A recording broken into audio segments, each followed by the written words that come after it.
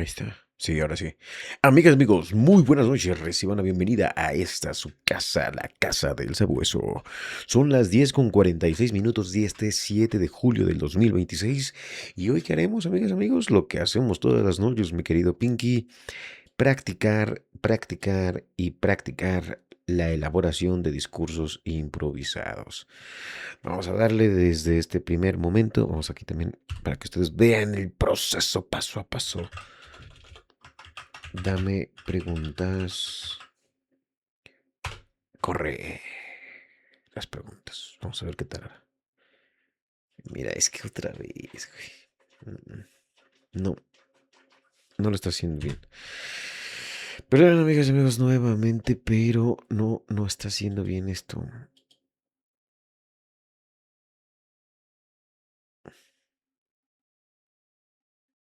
Me está dando las mismas preguntas, mismas temáticas. De eso no se trata.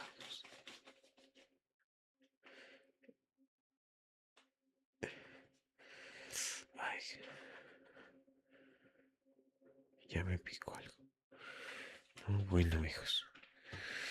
Cada solicitud de preguntas.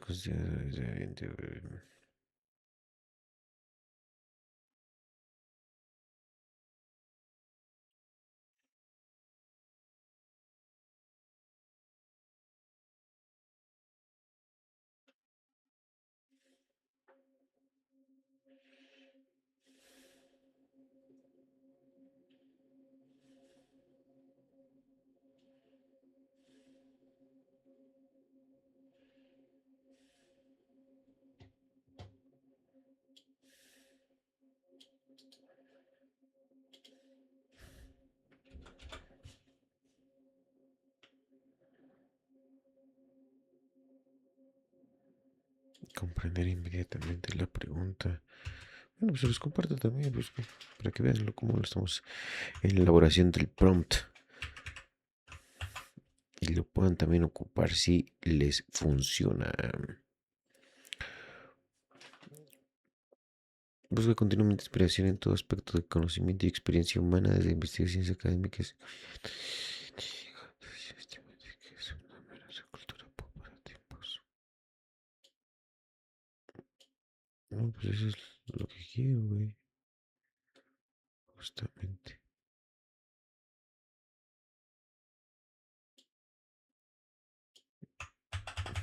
Nuevamente el podcast.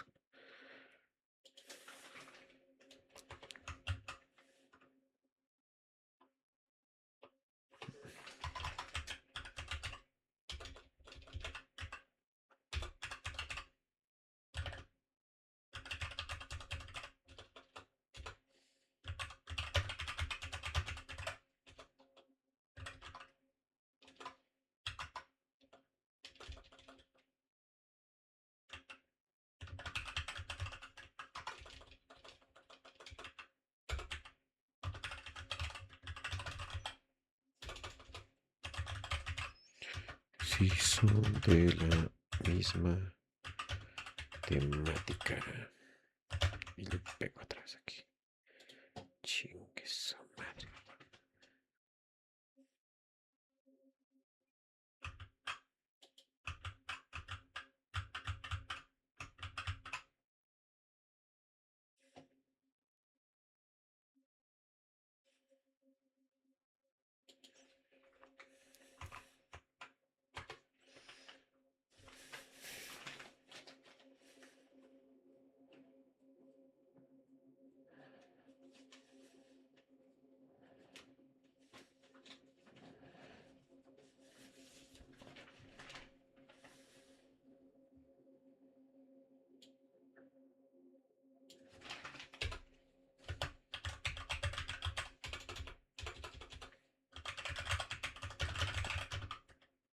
De forma detallada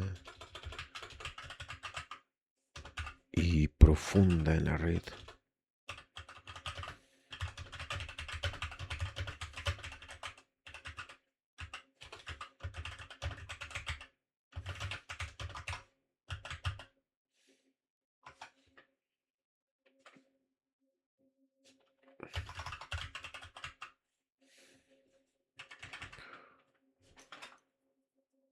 Me mamé ahí, pero...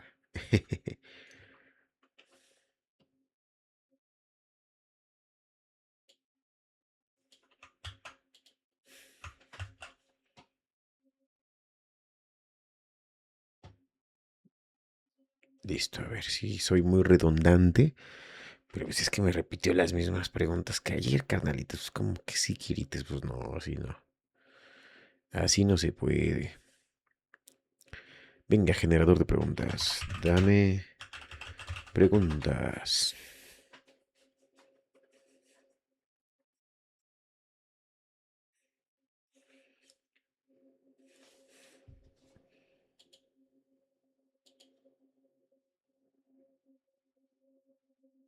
Ah, bueno, ok.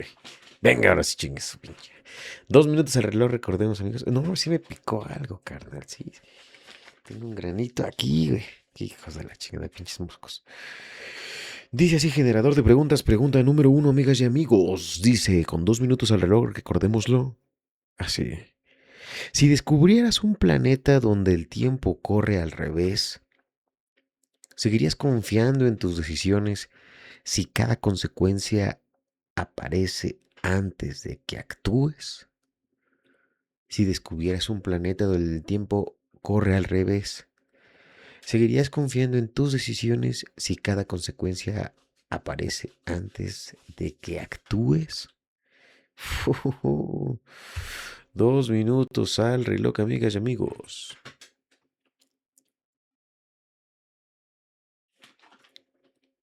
El universo es solamente un tejido más de la realidad. Y nosotras y nosotros somos quienes le crean. Muy buenas noches, yo soy el Sabueso y hoy quisiera invitarte a ti.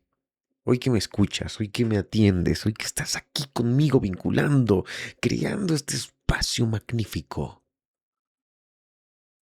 Quiero que te cuestiones una sola cosa, una sola. Hoy, esta noche, antes de dormir, llévatelo en la cabeza, en la mente, en el corazón incluso. ¿De verdad cambiarías todo lo que has aprendido, hecho y constituido como tuyo solo por el arrepentimiento? Sé que hay actos que nos llevan el Cristo entero y la tía de las muchachas porque nos carcome la culpa. Vivir en este planeta es vivir sin consecuencias porque prevemos. El hecho de tomar decisiones es sí con la mayor información posible, con la mayor concretud y conocimiento, experiencia y competencia a realizarlo. Pero al final los resultados no son pertenencia nuestra. Quirites, amigas y amigos, llévense esto nuevamente. ¿Será de verdad que estamos dispuestas y dispuestas a renunciar a ese conocimiento, experiencia? Porque ese dolor, esa prueba, esa dificultad, ese error incluso, esos errores nos definen.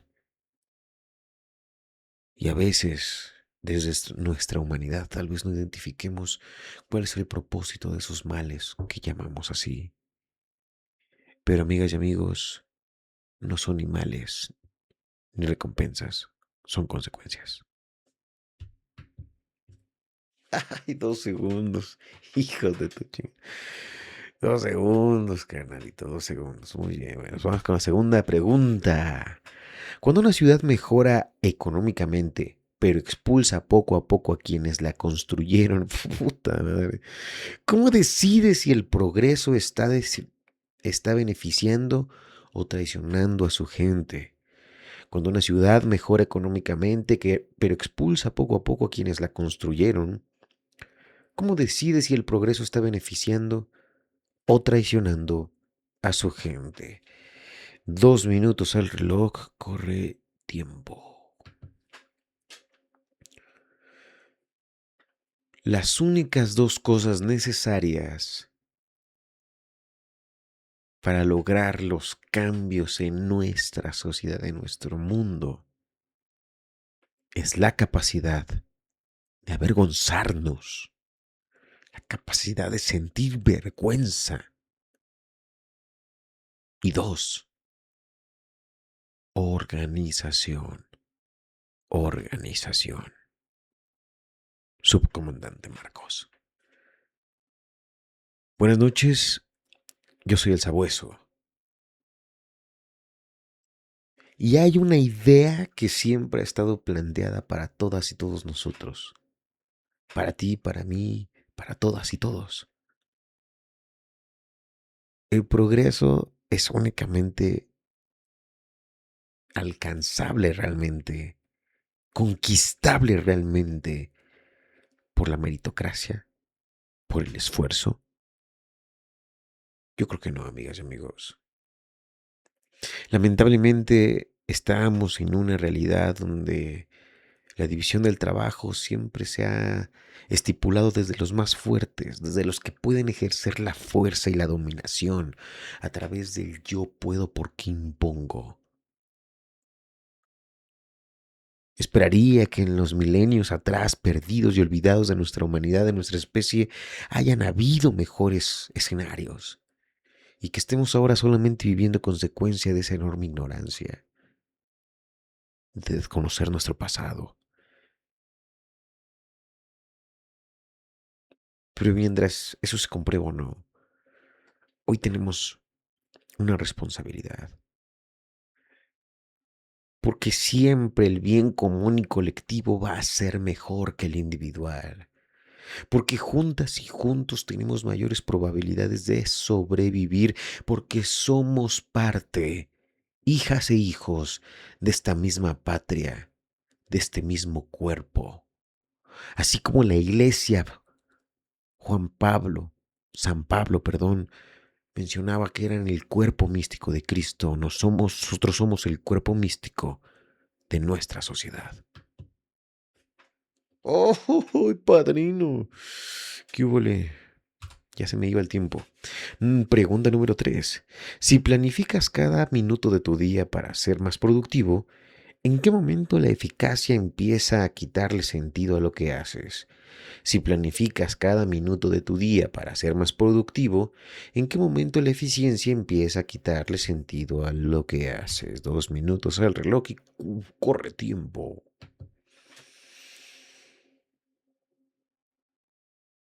No vayas frente a mí porque puedo no seguirte. No vayas detrás de mí porque puedo no guiarte. Camina a un lado mío y sé mi amigo. Albert Camus.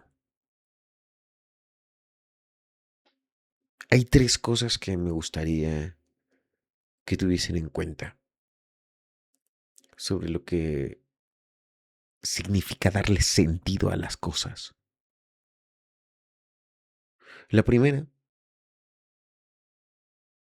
es que vivimos en un mundo absurdo, donde la violencia, la criminalidad, el abuso, la violencia, la hostilidad,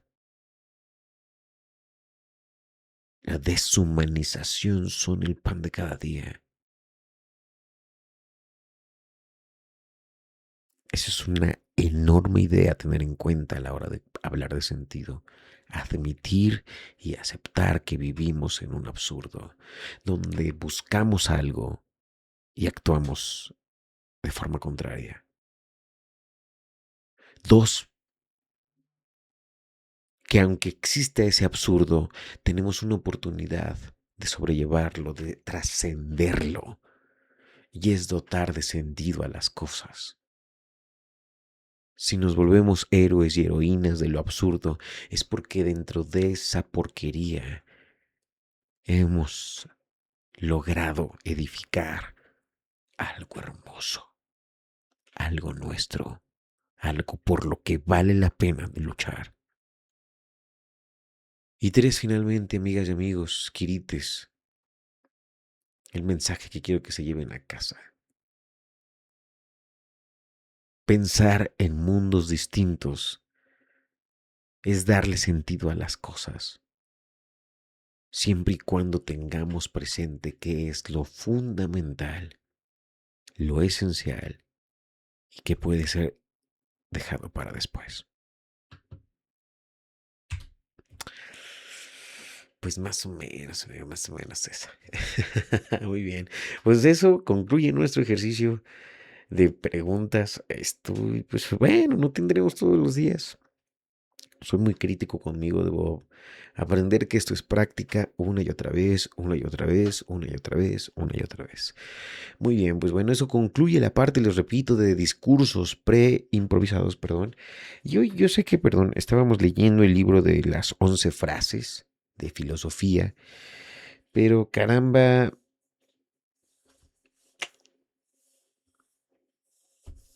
quiero leer este mejor. Entonces le debo este bastante tiempo y creo que es tiempo de poder leerlo. Y es Homo Deus de Yuval Noah Harari. Y de hecho él es antisionista, él no es sionista, es un judío antisionista, anti-genocidio de Palestina.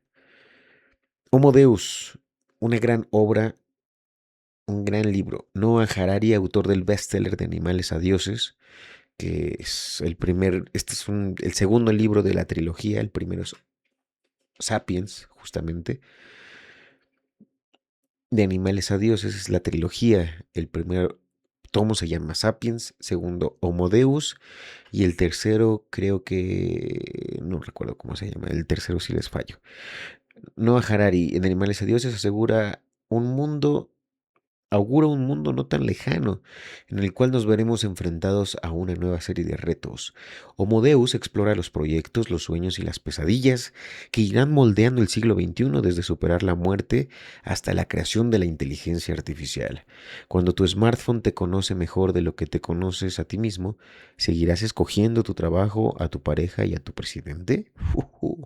Cuando la inteligencia artificial nos saque del mercado laboral, ¿encontrarán los millones de desempleados algún tipo de significado en las drogas o los videojuegos virtuales? ¡Wow! ¡Vaya! ¡Qué gran variable! No la había juntado.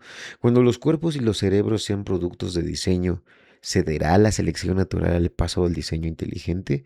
Esto es el futuro de la evolución. Esto es Homo Deus, que es hombre Dios, básicamente, ¿no?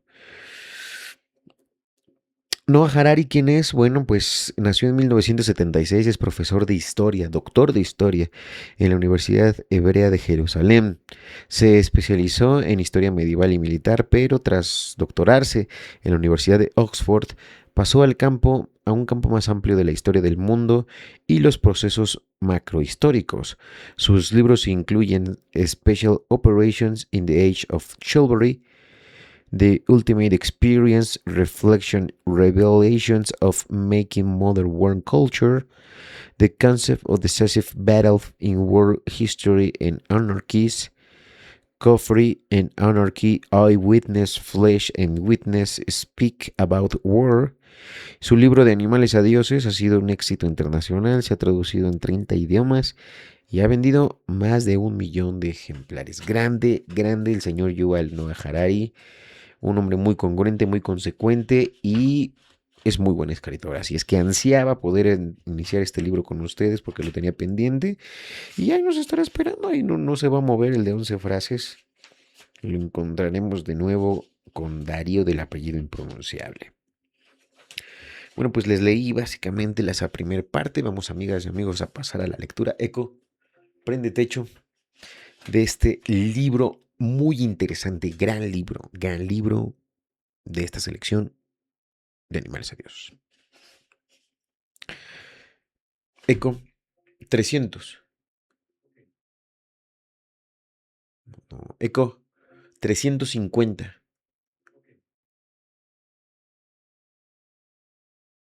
No, no. Eco modo nocturno. Eco prende techo. Eco luz blanca en techo. Sí,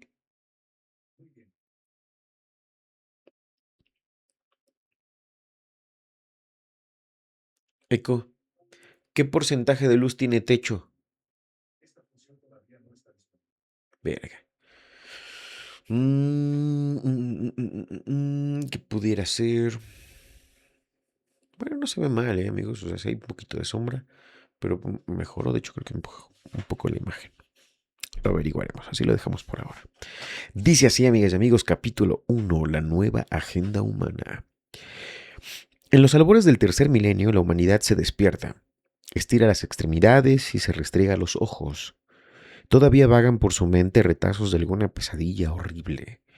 Había algo con alambre de púas y enormes nubes en forma de zeta. Ah, vaya, era solo un mal sueño. La humanidad se dirige al cuarto de baño. Se lava la cara, observa sus arrugas en el espejo, se sirve una taza de café, abre el periódico. Veamos, ¿qué hay hoy en la agenda? A lo largo de miles de años, la respuesta a esta cuestión permaneció invariable. Los mismos tres problemas asociaron a los pobladores de la China del siglo XX, a los de la India medieval y a los del antiguo Egipto: la hambruna, la peste y la guerra. Coparon siempre los primeros puestos de la lista. Generación tras generación, los seres humanos rezaron a todos los dioses, ángeles y santos, e inventaron innumerables utensilios, instituciones y sistemas sociales, pero siguieron muriendo por millones a causa del hambre, las epidemias y la violencia. Muchos pensadores y profetas concluyeron que la hambruna, la peste y la guerra debían de ser parte integral del plan cósmico de Dios, o nuestra naturaleza imperfecta, y que nada excepto el final de los tiempos nos libraría de ellas. Sin embargo, en los albores del tercer milenio, la humanidad se despierta y descubre algo asombroso. La mayoría de la gente rara vez piensa en ello, pero en las últimas décadas hemos conseguido controlar la hambruna, la peste y la guerra. Desde luego, estos problemas no se han resuelto por completo. Esto es importante. Pero han dejado de ser fuerzas de la naturaleza incomprensibles e incontrolables para transformarse en retos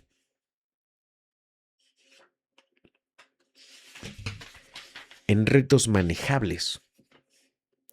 No necesitamos rezar a ningún dios ni a ningún santo para que nos salve de ellos.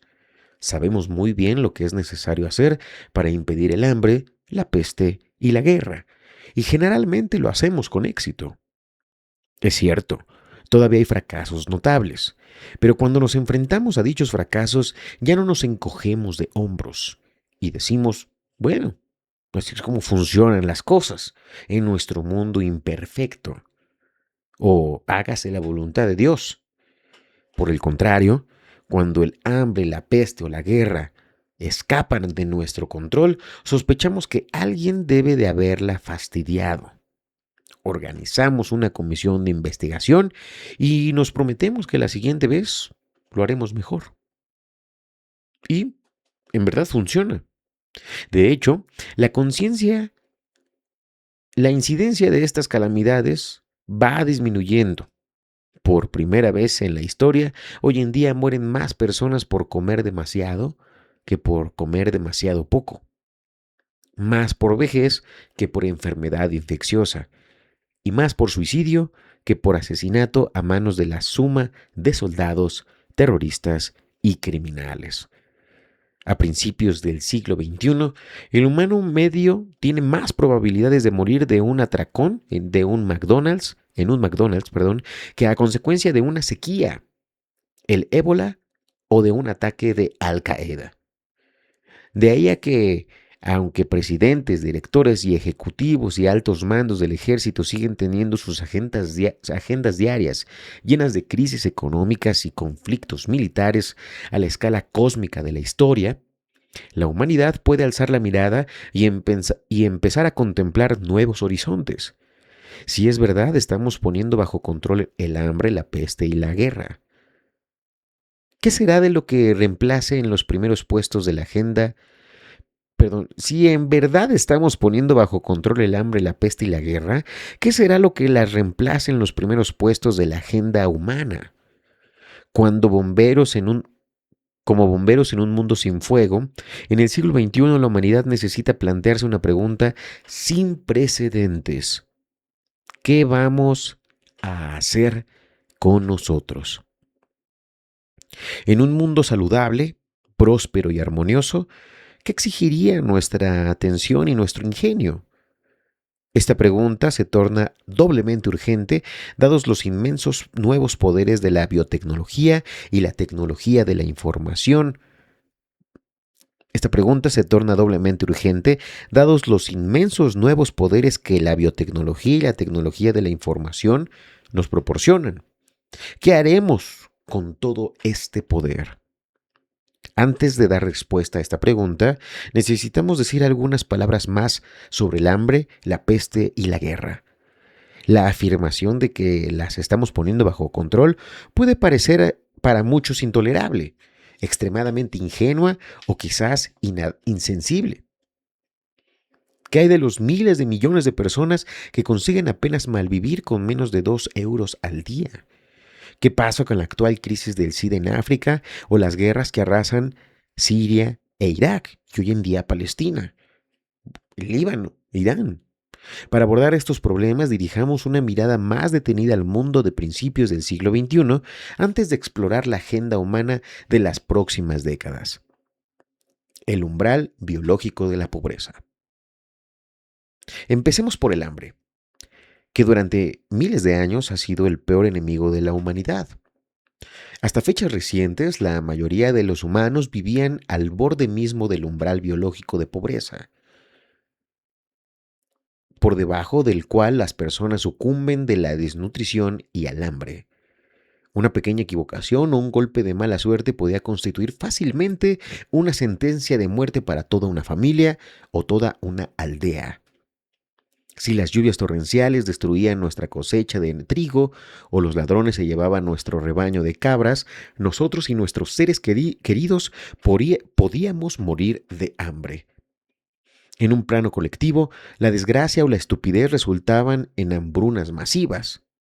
Cuando una sequía grave afectaba al antiguo Egipto o a la India medieval, no era insólito que pereciera el 5 o el 10% de la población. Las provisiones escaseaban, el transporte era demasiado lento o caro para importar el alimento necesario y los gobiernos eran demasiado débiles para solucionar el problema. Si abrimos cualquier libro de historia, es probable que nos encontremos con relatos espantosos de poblaciones famélicas, enloquecidas por el hambre. En abril de 1694, un funcionario francés de la ciudad de Beauvais describía el impacto de la hambruna y de los precios desorbitados de los alimentos. Y decía que todo su distrito estaba lleno de un número infinito de almas pobres, debilitadas por el hambre y la miseria, que mueren de necesidad porque al no tener trabajo ni ocupación, parecen, ni ocupación, carecen de dinero para comprar pan, para seguir con vida y aplacar un poco el hambre. Esa pobre gente come cosas impuras, tales como gatos y la carne de caballos despellejados y tirados a los montones de estercoleros, perdón, montones de estiércol. Otros consumen la sangre que emana de vacas, bueyes sacrificados y vísceras que los cocineros arrojan a la calle. Otros desdichados comen ortigas y maleza, o raíces y hierbas que antes cuecen. Los vegetarianos, yo creo que se refiere a eso, veganos. Escenas similares tenían lugar en toda Francia. El mal tiempo había malogrado las cosechas en todo el reino de los 2 años anteriores, de modo que en la primavera de 1694 los graneros estaban completamente vacíos. Los ricos cobraban precios exorbitados por cualquier alimento que conseguían acaparar y los pobres morían en tropel. Unos 2.8 millones de franceses, cerca del 15% de la población, murieron de hambre entre 1692 y 1694, en tan solo 2 años. Mientras el rey Sol, Luis XVI, flirteaba con sus amantes en Versalles. Al año siguiente, en 1695, la hambruna golpeó a Estonia y mató a la quinta parte de la población. En 1696 le tocó el turno a Finlandia, donde murió entre un cuarto y un tercio de la población.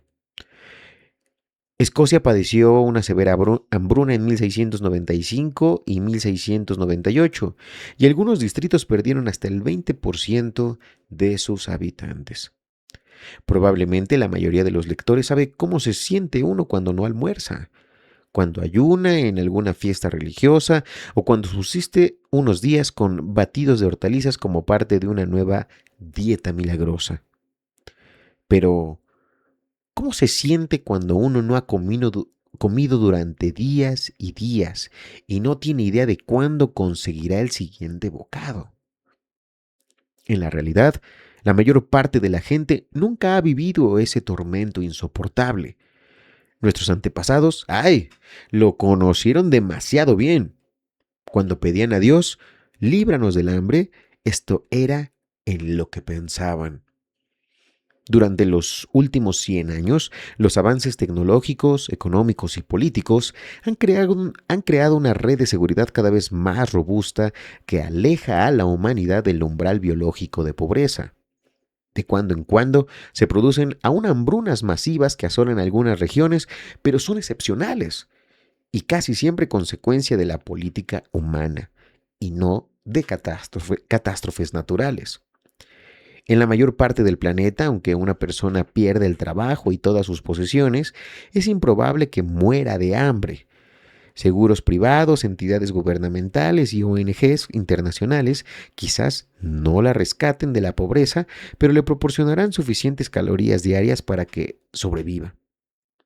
En el plano colectivo, la red de comercio global transforma sequías e inundaciones en oportunidades de negocio y hace posible superar de manera rápida y barata la escasez de alimentos, incluso cuando guerras, terremotos y tsunamis devastan países enteros.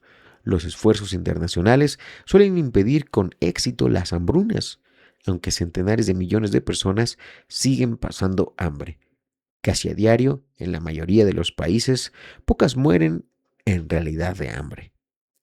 Ciertamente, la pobreza causa otros muchos problemas de salud y la desnutrición acorta la esperanza de vida, incluso en los países ricos de la tierra.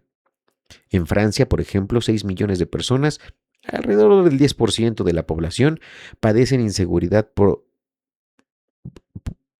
nutricional.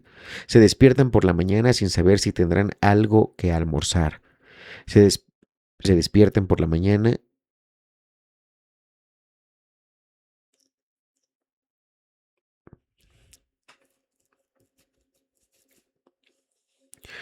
Algo que almorzar. A menudo se van a dormir hambrientos y por ello su nutrición es desequilibrada y poco saludable. Exceso de almidón, azúcar y sal y déficit de proteínas y vitaminas. Pero la inseguridad nutricional no es hambruna. Y la Francia de inicios del siglo XXI no es la Francia de 1694. Incluso en los peores suburbios que rodeaban Beauvais en París, la gente no muere porque lleve semanas sin comer. Yo creo que sí hay gente que sí. La misma transformación ha tenido lugar en otros muchos países, especialmente en China. Durante milenios, el hombre acechó a todos los regímenes chinos, desde el emperador amarillo hasta los comunistas rojos. Hace pocas décadas, China es un sinónimo de escasez de alimentos. Decenas de millones de chinos murieron de hambre durante el desastroso Gran Salto Adelante y los expertos predijeron repetidamente que el problema no haría más que empeorar. En 1974 se celebró en Roma la primera Conferencia Mundial de la Alimentación y los asistentes fueron obsequiados con provisiones apocalípticas. Se les dijo que no había manera de que China alimentara a sus 1.000 millones de habitantes y que el país más poblado del mundo se encaminaba a la catástrofe. En realidad se encaminaba hacia el mayor milagro económico de la historia. Desde 1974 se ha sacado de la pobreza a centenares de millones de chinos y aunque todavía hay otros tantos que padecen muchas privaciones y desnutrición, por primera vez en su historia documentada, China es ahora libre de hambrunas. De hecho, actualmente en la mayoría de los países, comer en exceso se ha convertido en un problema mucho peor que el hambre.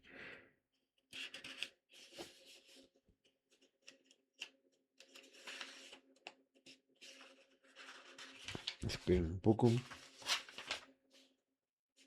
En el siglo XXIII, ay cabrón, no, en el siglo XVIII, al parecer María Antonieta aconsejó a la muchedumbre que pasaba hambre que si se quedaba sin pan, comieran pasteles. Hoy en día los pobres siguen este consejo al pie de la letra, mientras que los residentes de Beverly Hills comen ensalada y tofu al vapor con quinoa. En los suburbios y guetos los pobres se atracan de pastelillos, Twinkie, chetos, hamburguesa y pizzas. En el 2014, más de 2.100 millones de personas tenían sobrepeso frente a los 850 millones que padecían desnutrición. Se espera que la mitad de la humanidad sea obesa en 2030. En 2010, la suma de las hambrunas y la desnutrición mató alrededor de 1 millón de personas, mientras que la obesidad mató a 3 millones.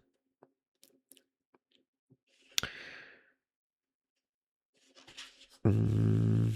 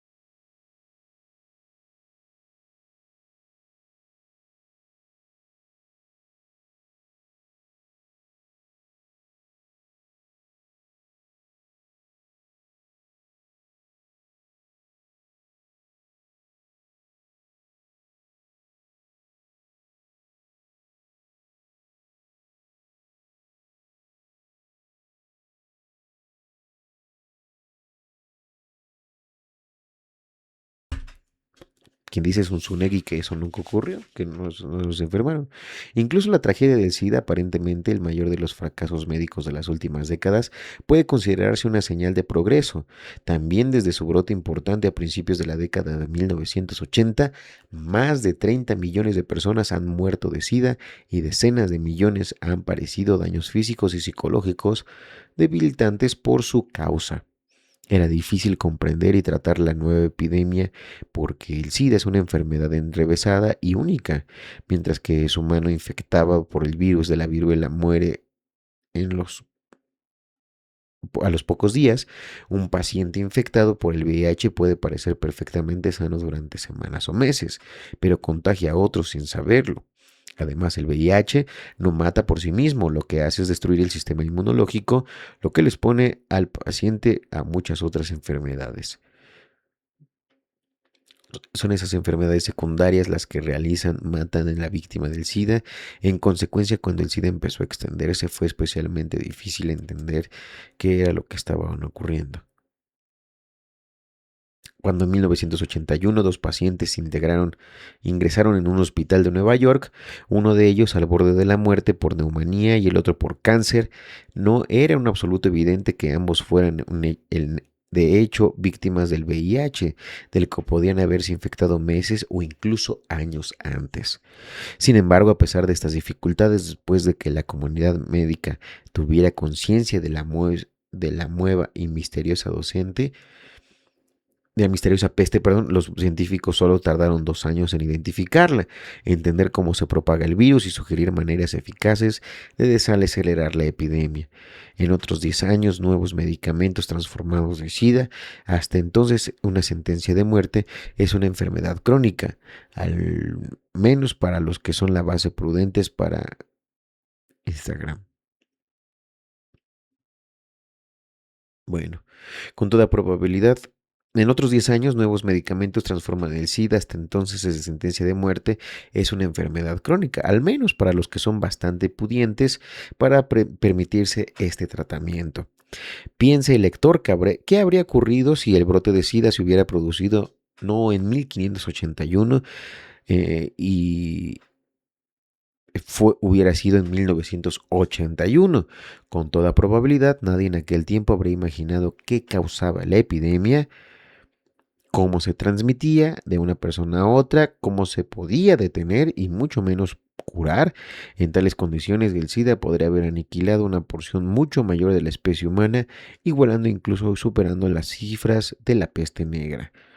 A pesar del horrendo diezmo que el SIDA se ha cobrado de los millones que todos los años mueren debido a las enfermedades infecciosas arraigadas como la malaria, las epidemias constituyen hoy una amenaza mucho menor para la salud humana que en milenios anteriores. La inmensa mayoría de las personas mueren en consecuencia de enfermedades infecciosas como el cáncer y las cardiopatías o simplemente a causa de la vejez. Incidentemente, el cáncer y las dolencias cardíacas no son desde luego enfermedades nuevas, se remontan a la universidad. Sin embargo, en épocas anteriores pocas personas vivían el tiempo suficiente para morir en ellas. Muchos temen que esta sea solo una victoria temporal y que en algún punto que algún primo desconocido de la peste negra se esté dando la vuelta de la esquina. Nadie puede garantizar que las pestes no reaparezcan, pero hay buenas razones para pensar que la carrera armamentística entre los médicos y los gérmenes, los médicos corren más deprisa.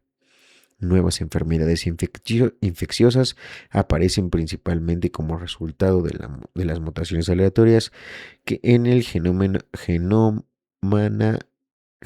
de los patógenos.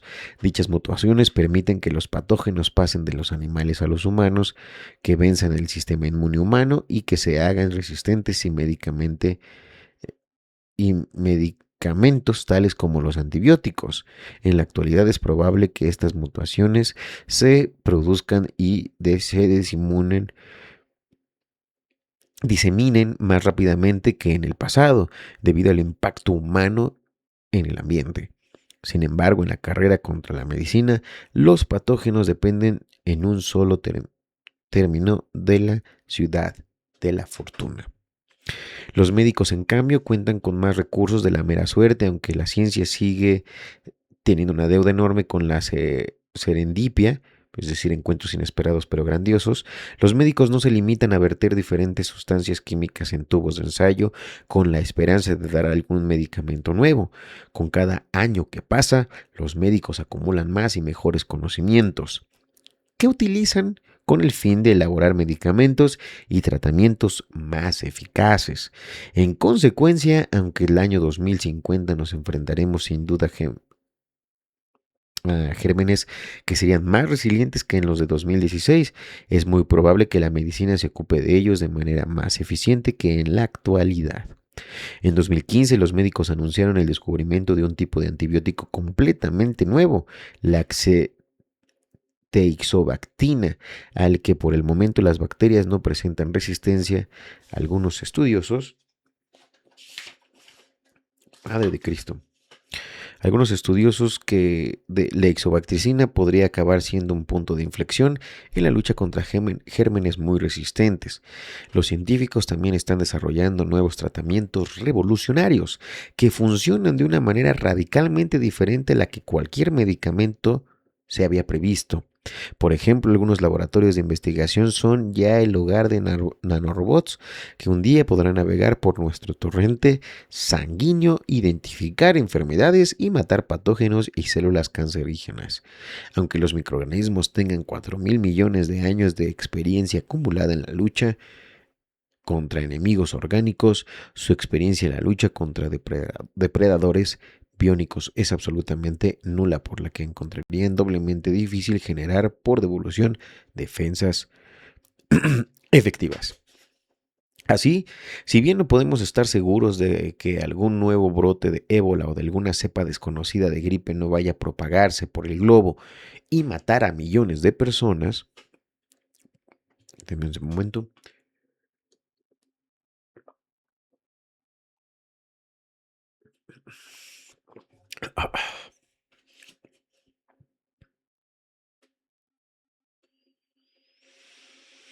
En caso de que eso ocurra, no lo consideramos una calamidad natural inevitable. Por el contrario, lo veremos como un fracaso humano inexcusable y pediremos la cabeza de los responsables. Cuando a finales del verano de 2014 dio la impresión durante muy pocas y terribles semanas de que el ébola ganaba la partida a las autoridades sanitarias globales, se pusieron rápidamente en marcha comités de investigación.